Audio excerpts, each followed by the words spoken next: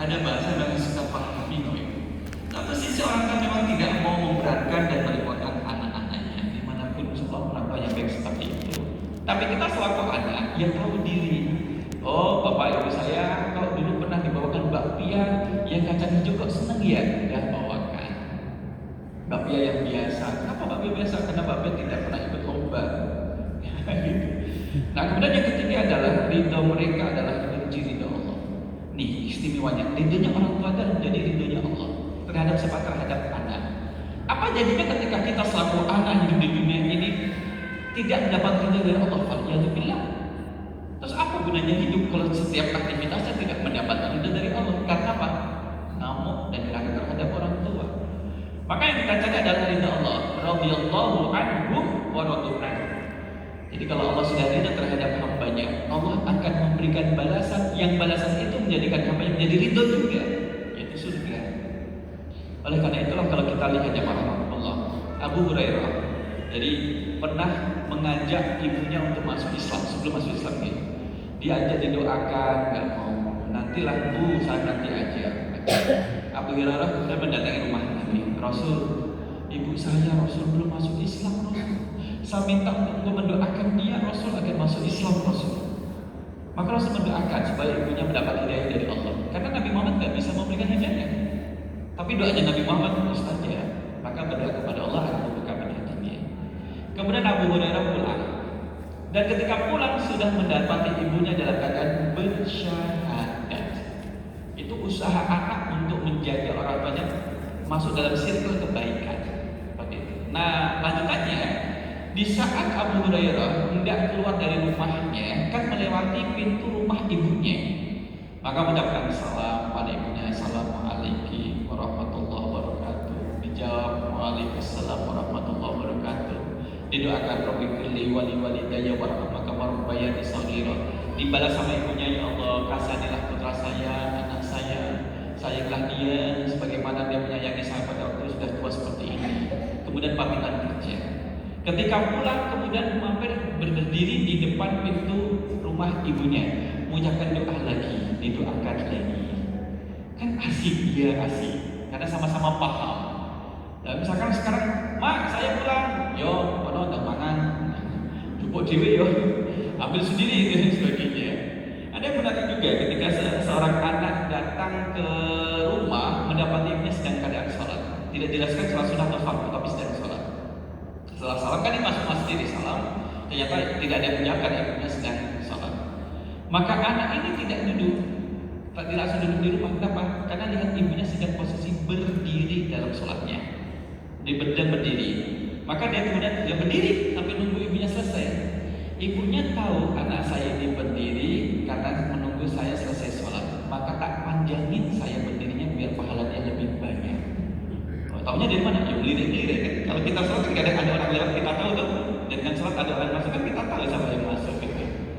Bu, lauknya di mana? Kalau di mari kedipin mata ya, kedipin matanya.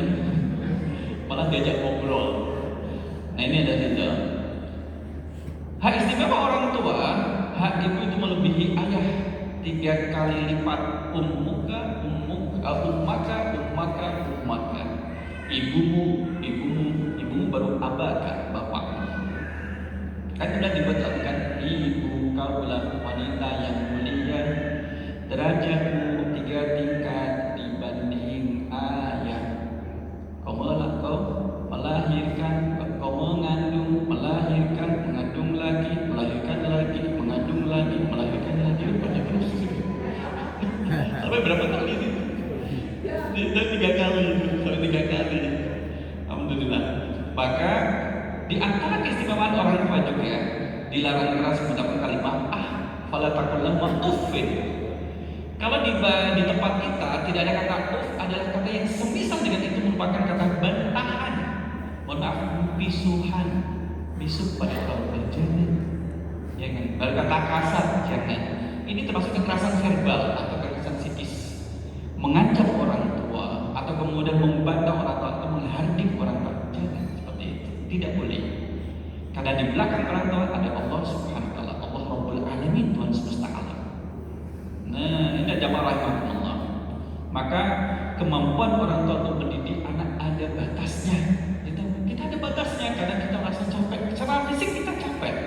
Pikiran kemudian capek dengan nungguin anak tiga-tiganya, ya Allah. Ya itu manusia dan manusiawi. Kemampuan orang tua untuk mendidik anaknya, anak ada batasnya. Sedangkan pintu pertolongan Allah tiada terbatas. Maka iringi proses mendidik anak dengan doa. Ya, dengan doa. Apapun yang terjadi, yang penting kita ikhtiar. Hasilnya serahkan pada Allah dan usaha tidak jauh dari hasilnya. Nah, maka kemudian kita iringi dengan doa. Nih, anak yang kemudian yang bisa disetting untuk mengerjakan pekerjaan rumah itu biasanya lebih sukses saat dewasa. Kan mulai sejak kecil. Ya, kita udah diarah. Nah, membantu bapak ibu apa gitu, ditawarin. Mau ngasih makan ayam, mau ngapain, membantu apa? Ada keterlibatan anak. Ya ini dalam rangka edukasi gitu. Bukan dalam rangka kemudian memberdayakan, memanfaatkan edukasi karena masih kecil. Kalau di saat kecil kemudian dengan sabar orang tua kemudian memberikan pendidikan, edukasi baik itu soft skill atau hard skill, maka anak ketika tumbuh dewasa dia sudah punya skill itu. Saya kemudian SMP ya, Sanawi sudah kemudian diajak ke atau SD ya begitu. Sanawi sudah diajak ke sawah. Ya memang masih kecil diajarin, Kis, ini tanah sebelum ditanamin ya kita bikin benih, penyemaian benih padi di sini. Nanti kalau nyebar benih, genggam dengan tangan kanan, jari telunjukmu nanti buka dikit-dikit sampai disebar. Itu diajarin sama bapak. Tunggu 25 hari. Sembari itu menyiapkan tanah yang akan ditanami. Nanti kemudian diolah tanahnya. Kalau mau nanam, airnya harus banyak. Tapi kalau panen, sawahnya harus dikeringkan. Itu masuk pembelajaran. Sekalipun Anda tidak belum jadi petani, tapi sudah diajarkan. Begini loh cara nyangkul. Kalau tangannya tergenang sama air, gimana? Disilang itu apa tuh? Disilang itu airnya didorong dengan cangkul, kelihatan tanah baru dicangkul. Ada skillnya. Karena anak laki-laki maka diajari ke sawah. Gitu. Nah kemudian diajari bagaimana memotong rumput. Ya, memang kami stylenya adalah orang kemudian punya dan dekat dengan sawah. Tapi bapak ibu yang benar tinggal di perkotaan ada skill juga. Bagaimana kemudian ngajarin anak kalau misalkan naik lift, mana yang dipencet, nanti bagaimana, itu juga skill juga. Kalau misalkan ada profesinya sebagai pedagang, bagaimana melayani penjual dan sebagainya. Ini kemudian hasil studi terhadap anak yang ikut membantu orang tua. Anak yang sering mengurus pekerjaan rumah cenderung lebih sukses. At least minimal kemudian anak selesai dari tidur merapikan tempat tidurnya. Itu tanggung jawab gitu. Orang tua kadang mengajak anaknya untuk kemudian lipat baju. Ini ibu sudah nyuciin baju kamu, sekarang kamu tanggung jawab terhadap bajunya. Lipat sendiri dan dikasih ajar. Ayo lipat sama ibu lipat bajunya bapak, kamu lipat baju sendiri seperti ini ya, seperti ini. Dikasih tuntunan. Itu soft skill, penting, iya, penting. Kemudian jangan kemudian anak 3 tahun, ayo ikut bapak mana? Ngecor, kita ngecor. Itu kasihan ini. Ya tentu lihat kondisi anak yang tidak selalu kemudian diterapkan seperti itu kondisi anak. Dan rajin beberes lebih sukses saat dewasa. Jadi boleh jadi, mohon maaf, kesuksesan bapak ibu kita semua yang ada di tempat ini itu tidak terlepas dari dulu kecilnya kita itu rajin. Bapak dulu ketika kita rajin tempat rajin. Orang yang kecilnya rajin, kalau ada kajian itu datang ke masjid itu rajin. Seperti itu. Nah, ada lagi nih, membahagiakan orang tua. Sebelum nanti bahas tentang hukukul walidain. Orang tua itu kalau membahagiakan tidak harus mahal. Dengan ucapan yang itu udah senang. Orang tua itu senang. Nah, jibu gitu. Itu udah senang ya Allah. Enak didengar, nurut gitu anak. Itu dengan ucapan, ada apa bu ya? Nggak jadi. Kok nggak jadi? Tadi kan sudah manggil, kok nggak jadi? Ada apa ya? Nggak jadi ya nggak apa-apa. Karena bapak namanya jawabannya itu sudah bagus. Tapi kalau opo nang undang nang ono apa ya? Gimana orang tua sudah jadi nggak dilanjutin, segat terus perasaan itu nggak mau anak dipanggil kok kayak gitu jawabannya, atau malah tidak semahur, tidak pernah menjawab seperti kisah Jurej tidak semahur, tidak menjawab panggilan namanya. Bisa juga dengan perbuatan mempermudah kerjaan orang tua, itu dalam rangka membahagiakan juga. Ibu ke pasar, nanti pulangnya anaknya bawa. Kami ada melihat adik datang, Lede, kok rumputnya nggak dibawa pulang? Enggak mas, nanti anak saya ngambil itu. Orang tuanya ngarit, nanti anaknya yang akan ngambil rumputnya. Karena memang saknya itu besar, sak bak besar. Nanti anaknya ngambil. Oh iya, itu juga senang, orang tua senang. Ada kemudian dengan perawatan saat sudah lansia, orang tua sudah sepuh, sekalipun orang tua mengatakan, nggak usah, kamu nggak usah repot-repot ngurus bapak bisa sendiri kok. Ya tetap anak, bukan masalah repot dan tidaknya. Bapak bukan masalah repot dan tidak. Bapak itu surga saya. Saya tidak mau menyanyiakan surga saya, Pak. Di luar sana banyak anak yang sudah tidak punya pintu surga. Pintu surga saya tinggal bapak, ibu sudah tidak ada. Izinkan saya untuk merawat bapak. Ya wis aku pakai mobil ya. Minta dibelikan mobil. Iya, insyaallah Pak, doakan Pak ya, gitu. Itu. Jadi sesatnya membahagiakan. Oleh karena itu di saat sekarang ini kita masih kuat, anak-anak masih kecil, boleh kemudian diajak bisa kalau dewasa seperti apa. Itu. Kadang saya waktu masih semester 1 atau semester 2 sudah dibilang sama bapak, duduk sama bapak di depan rumah. Gis, sebelah barat ini nanti untuk kamu, rumah ini untuk adikmu karena ada perempuan paling kecil, anak ke-9. Nah kalau kamu pakai rumah ini, kamu bilang sama adikmu, itu masih saya ingat Bapak. Saya sampai sekarang. Dan kemudian kita laksanakan, kita sampai pada adik, dulu bapak bilang bagian kaki sebelah barat kamu rumah ini, kata saya silahkan, rumah ini milikmu, mau apa kamu apakan terserahkan itu milikmu. Gitu. Nah kadang kita harus pesan terhadap anak-anak kita dalam dikondisikan.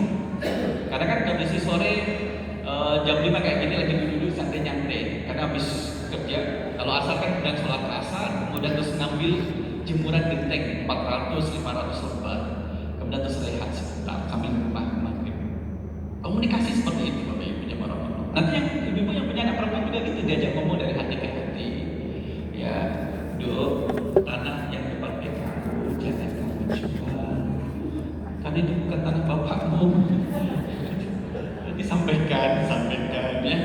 Nah jemaah rahimakumullah, maka ya sebaik-baiknya kita, sesoleh-solehnya anak tidak boleh taat pada orang tua dalam bermaksiat kepada Allah. Orang tua yang baik ya insya Allah tidak mengajarkan anak untuk bermaksiat. Maka jika ya, orang tua sebagai manusia kadang hilaf, mengajak untuk maksiat, tidak boleh dituruti. Kamu durhaka nanti lu. Ya. Tidak taat pada orang tua dalam kemaksiatan itu bukan durhaka. Memang seharusnya seperti itu, harus menolak. Ini surah Al-Baqarah ayat yang ke-15. Dan kita akan lihat nih, apa sih yang menjadikan anak itu durhaka? Durhaka sendiri adalah sikap pembangkangan dari anak terhadap orang tua. Sekalipun tidak kita temukan, ada nggak orang tua yang durhaka terhadap anak? Mungkin adalah orang tua yang tidak memberikan hak anaknya, ada. Itu pun kemudian dikecam juga dalam Islam. Orang tua tidak memberikan hak-hak anak, hak hidup tidak dikasih, kemudian hak pendidikan tidak dikasih, hak sehat tidak dikasih, hak pembelajaran tidak dikasih, hak untuk bisa baca Al-Quran tidak dikasih. Anak kan berhak mendapatkan nama yang baik tidak dikasih juga. Itu orang tua jadi dicela juga dalam agama. Nah yang kita bahas ini adalah dari jalur anak terhadap orang tua. Jadi ada faktor yang menjadikan anak itu durhaka pada orang tuanya. Kita lihat pada orang tuanya. Faktor apa? Ada faktor internal pada sang anak, ada faktor pada orang tua. Anak menjadi durhaka melakukan pembangkangan, baik pembangkangan secara perilaku, pembangkangan secara verbal, atau pembangkangan secara tulisan, ataupun sikap yang lainnya. Kalau faktor internal adalah, mohon maaf, karena kebodohan sang anak terhadap ilmu agama. Anak nggak tahu ilmu agama, nggak mau belajar ilmu agama, birrul walidain nggak mau belajar. Maunya adalah di jalan, menghabiskan waktu di jalan, nonton orang balapan, kemudian terus nggak mau belajar ilmu agama. Masih penting kalau misalkan sore di samping jalan sama teman-teman, maghrib sudah ada di masjid, pada maghrib sudah kajian, sih mending. Kemudian pulang tidak malam kembali pada orang tuanya, belajar di rumah. Kenapa kalau sore di jalan? Karena itu adalah waktu bebas yang diberikan orang tua. Silahkan kamu kumpul sama teman-teman kalau sore. Maghrib tapi harus di masjid ya. Gitu. Kenapa harus di masjid? Karena anak ini adalah takmir masjid. Kalau nggak ke masjid nanti nggak ada yang azan. Yang kedua adalah karena anak itu memiliki sifat egois dan sombong yang dibiarkan. Sombong, merasa sombong. Mohon maaf, ketika anak sudah merasa settle, mumpuni secara finansial, sudah punya pekerjaan, sudah ada gaji bulanan, lebih dan sebagainya. Kemudian menjadi ngapain sama orang tua, nggak usah, lulusan ditelantarkan. Kemudian yang ketiga adalah karena faktor lingkungan. Memang dia tinggal, anak ini berada di lingkungan yang mayoritas atau teman-temannya adalah suka membantah sama orang tua. Kalau image adalah kalau ada anak yang berani membantah pada orang tua, itu keren, itu hebat, maka dia terbawa sama kondisi pergaulan yang salah. Ada anak kok nurut sama orang tua, cemen, anak kok nurut disuruh pulang terus pulang, suruh kemudian tidur terus tidur, itu mah nggak gaul. Kita nih bantah orang tua minta untuk pulang, kamu aja yang pulang kepada Allah. Itu malah bantah-bantah. Itu dianggap keren seperti itu, jadi terbalik. Ini karena faktor lingkungan, sehingga kita selaku orang tua setidaknya teman saya itu suka bergaul sama siapa sih, nongkrongnya di mana. Jadi kita tahu, oh alhamdulillah dia temannya baik kok, saya tahu itu pasti ngomongnya juga baik-baik ya. Orang tua kemudian terus memastikan itu. Bukan berarti Ustaz ngapain kita ikut campur urusan anak? Monggo kalau tidak mau itu. Tapi orang tua kemudian menjadi peduli. Nak mau keluar kemana? Rumahnya juga Pak. Oh iya. Jadi malam-malamnya, iya Pak, insya Allah sebelum jam 9 sudah pulang. Gitu. Jadi orang tua tahu. Jadi ketika misalkan jam 9 belum nyampe rumah, ditelepon, Bud, anak saya mana? Kok belum nyampe di rumah? Iya Pak, tadi katanya ngambil fotokopian di sebelah rumah. Oh iya, dilihat. Oh iya, ada motornya. Jadi gitu, komunikasi menjadi jalan baik. Kalau dibiasakan dari kecil, kalau misalkan dewasa dia sebut dengan dunianya, tetap bukan dipantau. Anak yang kikir, pelit, terutama masalah nafkah, dari kecil sudah kemudian terbawa suasana pelit. Kalau punya sesuatu tidak mau berbagi sama teman lainnya. Jadi kalau dibiarkan ke bawah ketika sudah dewasa besar. Jadi terbawa, termasuk pengaruh teman yang buruk, pengaruh teman yang buruk, Bapak Ibu jemaah orang itu juga menjadi tidak baik. Nah dari sini kemudian kita lihat ternyata ada faktor karena orang tua. Tadi faktor internal sang anak, kemudian lingkungan, sekarang faktor orang tua. Apa itu? Pola asuh orang tua. Orang tua kemudian salah dalam pola asuhnya, terlalu keras atau terlalu memanjakan anak. Ma minta telepon HP, ya tak belikan merek ayam, nggak mau kalau ada gambarnya stroberi yang keluar misalkan. Ya wes tak belikan stroberi, tak gigit, tak tempel di HP-mu ya. Nggak mau. Karena memanjakan. Kadang anak sudah minta sederhana nih, kemarin pakai HP, minta HP sederhana. Enggak level anaknya, mama jangan pakai HP itu. Buang ini pakai HP yang bagus, memanjakan. Bukan orang tua kemudian tidak mampu beli, tapi ada edukasi. Kamu karena masih kecil, HP-mu cukup ini, toh nanti juga dipakai untuk cuma WhatsApp, ngatur aja kan, nggak ada di center, tidak ada kemudian menggunakan itu, malah nggak paham. Dan perlu edukasi. Bukan karena kita tidak mampu, tidak menuruti, tapi kita punya prinsip dalam mendidik anak. Kenapa sih anakmu nggak kamu pegangin HP? Gitu. Kasih tuh teman-temannya sudah yang 3 tahun pada pegang HP, cuma anakmu saja nggak pegang HP, kamu nggak bisa beli HP toh. Gitu. Dikanya dikunjungin, anak tetap kemudian diedukasi. Nah, HP itu sedang kepeng dan sebagainya. Diedukasi. Kamu belum memerlukan. Kalau kamu mau lihat mainan di HP ini, punya mama ini dipakai apa? Bisa dikontrol, bisa dikontrol. Ya. Nah, Bapak Ibu paham dengan pendidikan anak. Bagaimana kemudian perbedaan prinsip dan keputusan yang ekstrim. Orang tua terlalu keras mendidik anaknya melotek. Atau kemudian terlalu lebih mendidik anaknya maunya dan tegas. Maka ini masalah parenting nantinya. Ketidakadilan di antara anak-anak atau takrif sudah membeda-bedakan. Kita pernah mengkaji terkait dengan Quranic Dad. Bagaimana di Al-Quran berbicara tentang ayah, ya kan? Ketika Nabi Adam alaihissalam menyelesaikan masalah antara Qabil dengan Habil.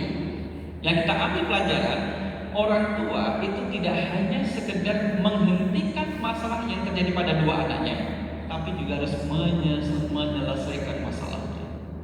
Ya kalau misalkan sang kakak punya boneka, kakak perempuan usianya 5 tahun, adik perempuannya usia 2 tahun, kemudian pengen boneka kakaknya, tarik-tarikan.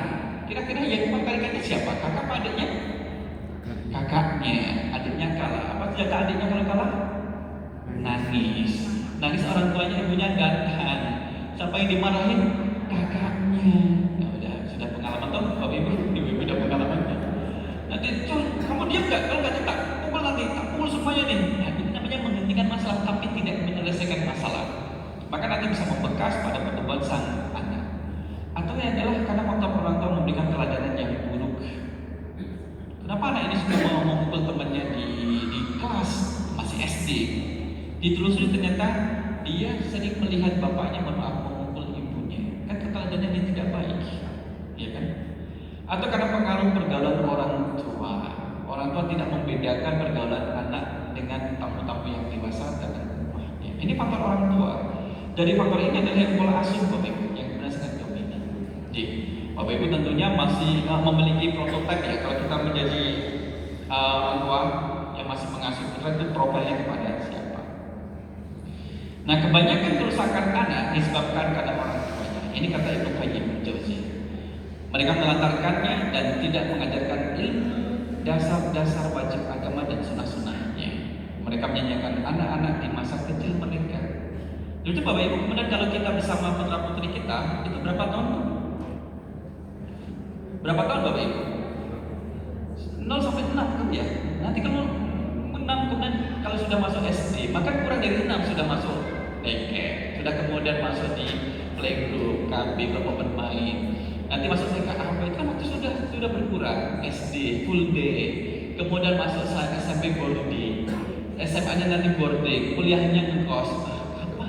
Lulus S1 nunggu beberapa bulan dapat kerja alhamdulillah. Kemudian menikah berkeluarga. Berapa lama kita bersama dengan putra putri kita? Maka tentunya kita juga ya punya quality time dan sebagainya ya. Seperti itu. Gimana caranya? Oh, ajak mancing